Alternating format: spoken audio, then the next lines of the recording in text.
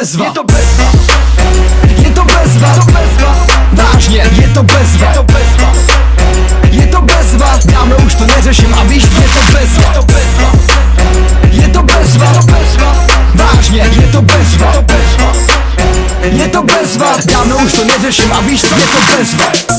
Je to bezva neřešit nic, i když pomluv je kolem mě, až je mi z toho hejc. A to dusno jak na poušti, podle mě ty lidi ještě zdaleka neskousli. Že se o ně nezajímám vůbec, že se na ně ani nepodívám.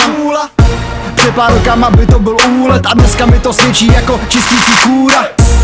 A fakt se nehodlám měnit, kvůli tomu, aby mě okolí začalo cenit. Já budu takový, jaký jsem, i kdyby mě takovýho měli brát jenom 2 lidi na celý zemi. Takže dělej to chceš, fakt se nemusíš bát, že by tě kvůli tomu neměl nikdo rád.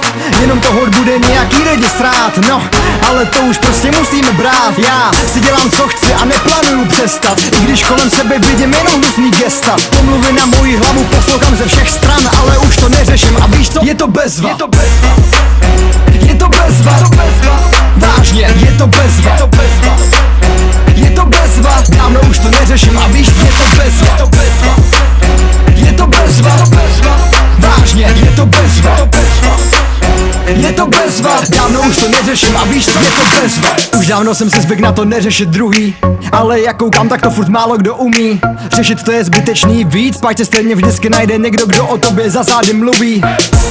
No ale na to si zvykni, tohle totiž lidi nepřijde nikdy, protože to jsou hyeny. A kdyby tě viděli, jak tě to sere, tak to pocit radosti zbudí. Hnus, ale nečekám změnu, nehodlám se kvůli nim naspat do uší pěnu. Budu dělat, co chci, je to můj život a já to taky tak beru.